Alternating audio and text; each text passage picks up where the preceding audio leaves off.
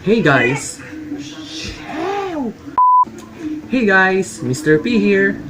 So ibang content tong ginagawa ko. Ba't wala ako sa harap ng computer? Dapat naglalaro ko ng Tekken ngayon. Pero hindi. Kasi meron tayong gagawing Ethernet cable gamit ng straight through at crossover. So may nagtatanong sa akin, Lou, ba't ka gagawa ng Ethernet cable? Marami naman dyang stores na pwede mong bilhin ng mga ready to made na. So ang sagot ko dyan ay, bakit ba? Gusto ko eh. So, ano nga bang makakailanganin natin? So una ay isang standard na kable. Ito ay twisted paired cable. At ang piliin ko nga pala dito ay Cat5e. At syempre, kung may cable, meron ka din dapat jacks. Kaya bumili tayo ng RJ-45 jacks. Wait, jack na pala yun. Jack na pala yung jig. Oh shoot. Pupulutin ko na naman.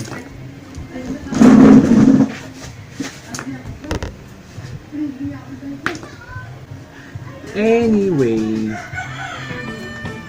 ang susunod mo nga palang kakailanganin ay syempre ang pang-crimp mo, which is the crimping tool.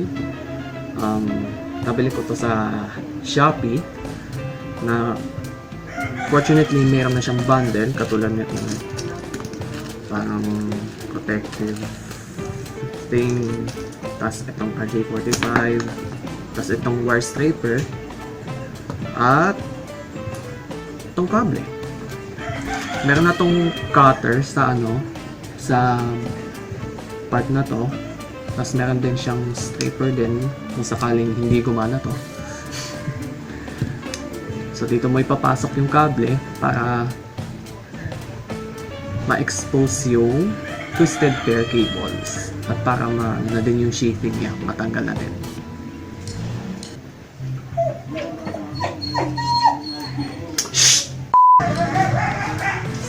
First step ay i-unsheath ko itong kable na to. So I would use this wire striper.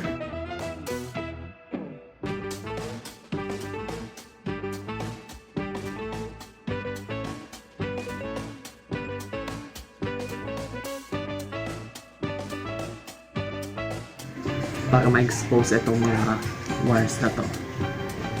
Ito.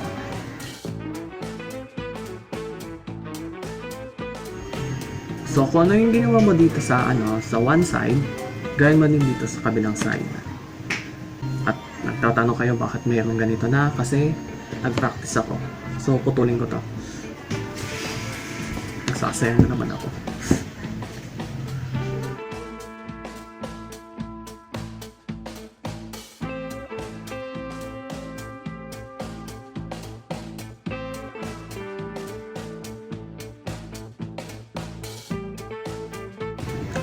Once na strip mo na ang cable, yan twist mo na siya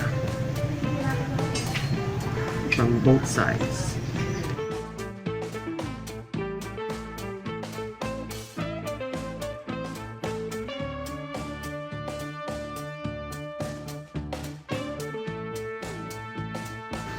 Once na untwist mo na yung wires,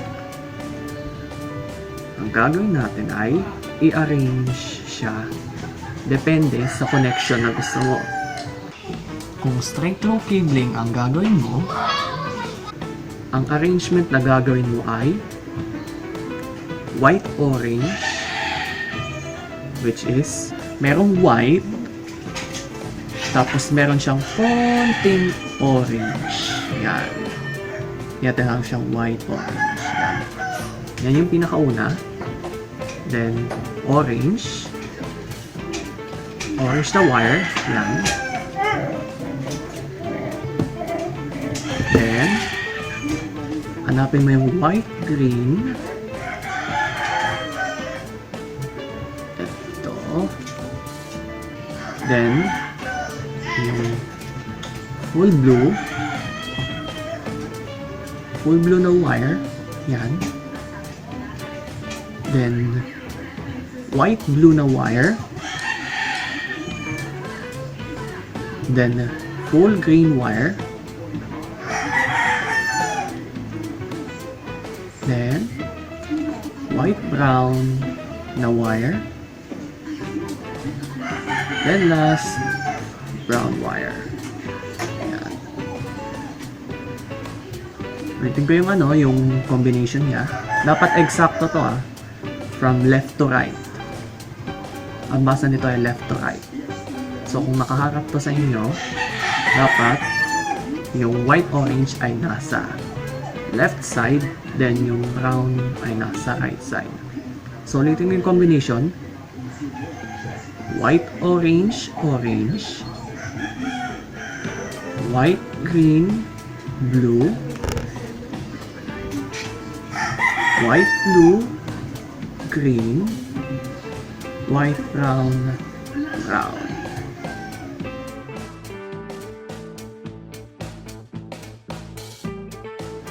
Once na na-arrange mo na siya, ang susunod mong gagawin ay putulin mo yung excess wire kung meron man, and making sure na straight silang lahat. Magkakapareho sila ng length, then walang zigzag line or what. Then putulin mo yung excess. Suggestion lang, kung nalilito kayo kung gaano kahaba, ang gawin nyo, pasok nyo lang muna tong wire, tapos pasok nyo siya dito sa RJ-45.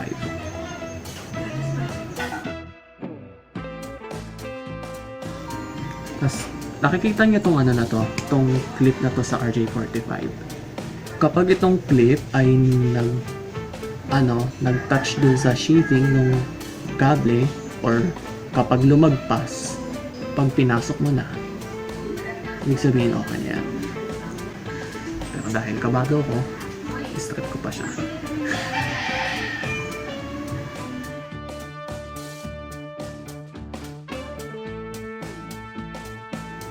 After mong i-trim sa tamang length, ang gagawin mo na ngayon ay ipapasok na ang mga wires dito sa RJ-45. Now remember, kapag ipapasok mo na to, ipaharap mo yung gold contacts dito ng RJ-45 mo sa'yo. Then yung sinabi ko kanina na arrangement ng wires mo, from yung white orange is sa left, then yung brown is sa right, then pasok mo na.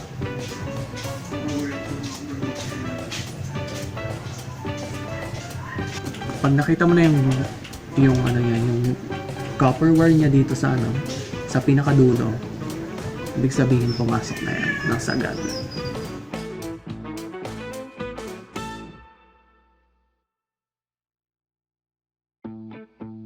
After that, kunin mo yung crimping tool mo, then pasok mo siya parang normal na Ethernet cable.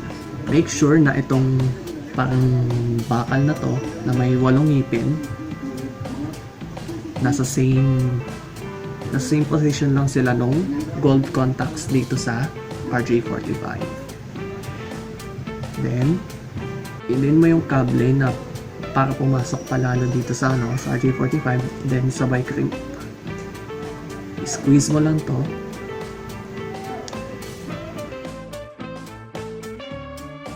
Kapag na-squeeze mo na siya ng sobrang sagad, ayan, itawa mo na. Ayan.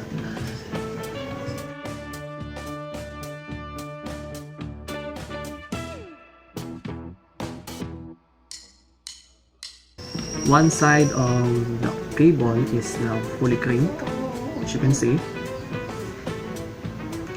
Ang susunod mo nang gagawin ay kung ano yung ginawa mo dito, gawin mo din sa other side kung ang gagawin mo ay straight.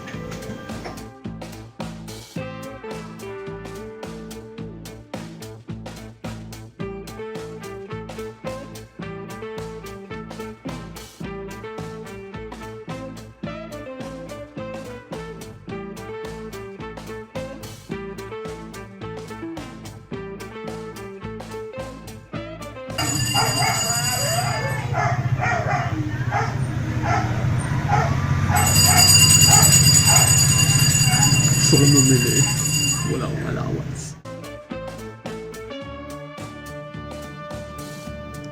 So, saan nga ba ginagamit sa straight through at crossover cable? Well, ginagamit ang straight through cable kapag magkoconnecta ka ng PC to a network device. For example, PC to switch, PC to modem, PC to a router, as long as yung PC ay magkoconnect sa isang network device. Ngayon, ang crossover cable naman ay ginagamit kapag magkoconnect ka ng dalawang parehong devices. For example, PC to a PC or a network device to a network device. Now, technically, pwede kang gumamit ng straight through cable sa dalawang magkaparehong network device. For example, switch to a modem or router to a switch. Kasi ang internal arrangement naman ng network device ay pwedeng magpalit. Now, kung magkoconnecta ka ng dalawang PC, kailangan mong gumamit ng crossover cable. Inuulit ko, kung magkoconnecta ka ng dalawang PC, you must use a crossover cable. So I was... Kaya talaga ng aso namin. Anyway, so paano ito matetest? Paano na lang kung hindi gumana to kapag sinaksak ko dun sa computer ko or sa laptop ko? So I would suggest na bumili kayo ng LAN tester. Wait lang, kunin ko dun.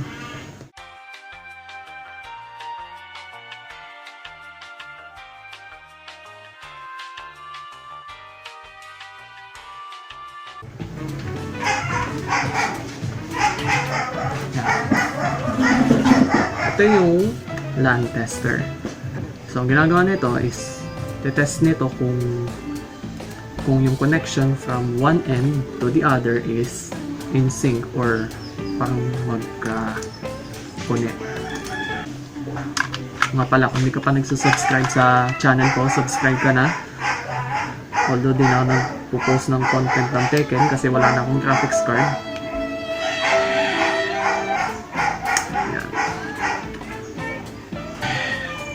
Tapos, pasok mo yung one end na itong kable dito sa may 8-pin na connecto na plug, which is the RJ-45.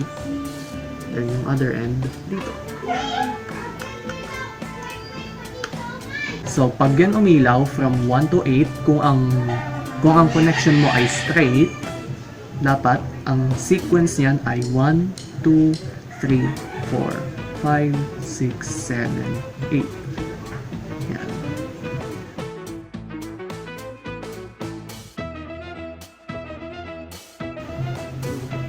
Success! First try. So, nagawa mo na yung straight na Ethernet cable. Paano naman kung crossover? Medyo similar sila nung straight sa isang side. So, yung arrangement nung wires is white, orange, orange, white, green, blue, white, blue, green, white, brown, brown. Ganun pa rin ang arrangement. Pero sa kabilang side, mag-iiba lang ng position itong mga wires. So unfortunately, i-cut natin to para ma-demonstrate ko sa inyo.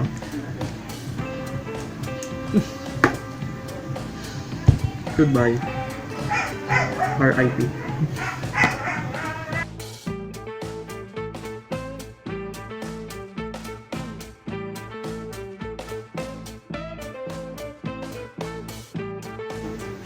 So, ang arrangement naman nito ng crossover from left to right ay white, green wire. Yan.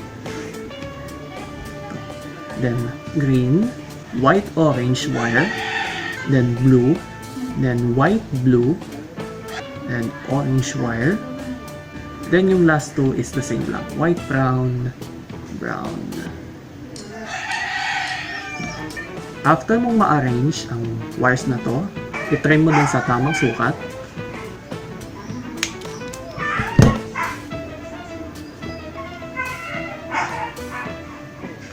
Ulitin ko lang, yung gold contacts na itong RJ-45 ay dapat nakaharap sa'yo. Once okay na yung length, pwede mo na siyang i-try. Pasok mo, ilidiin mo, then sabay squeeze. Test natin siya.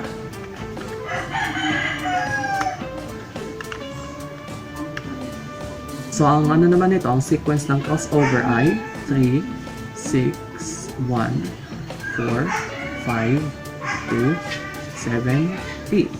Then yung kabila ay same lang din sa straight. 1, 2, 3, 4, 5, 6, 7, 8.